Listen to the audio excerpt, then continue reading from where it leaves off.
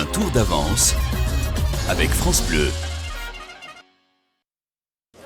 Bonjour, c'est Christian Prudhomme, le directeur du Tour de France. 2 juillet, bon anniversaire, ma petite maman, 92 ans aujourd'hui. 6e étape, Le Teil-Montégoal, de l'Ardèche jusqu'au département du Gard, en passant par la Lozère. Une étape pour les favoris du Tour de France, avec, avant l'arrivée inédite au Montégoal, la montée du col de la Luzette, avec ses pentes très raides, très rudes, où ceux qui osent auront assurément un avantage. Le Tour, c'est dans 2 mois, mais France Bleu y est déjà. France Bleu.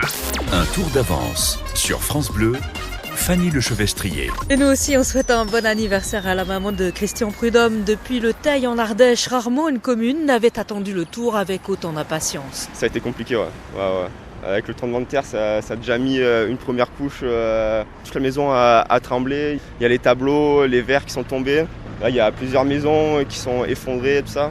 Plus le confinement. Tom n'a rien oublié du tremblement de terre qui a frappé la ville le 11 novembre dernier. Les stigmates sont d'ailleurs encore visibles.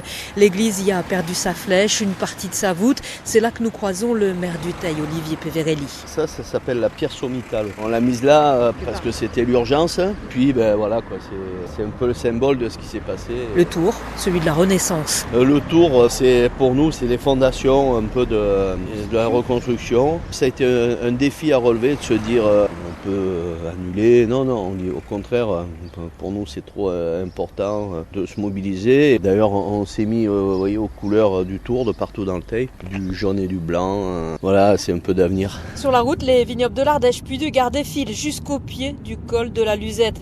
Là, faut vraiment pas avoir le vertige. C'est très étroit, on ne passe pas à 2 voitures.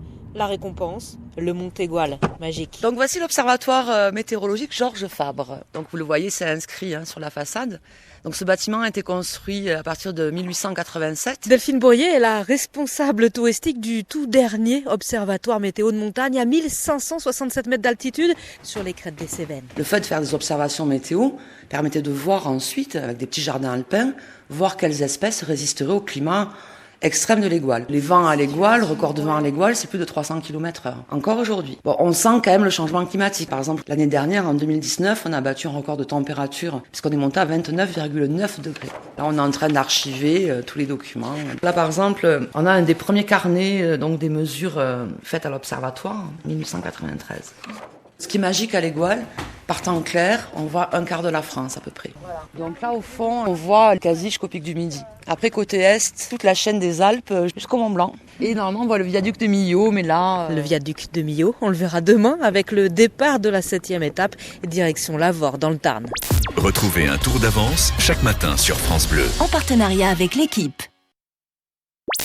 Un tour d'avance chaque matin sur votre France Bleu.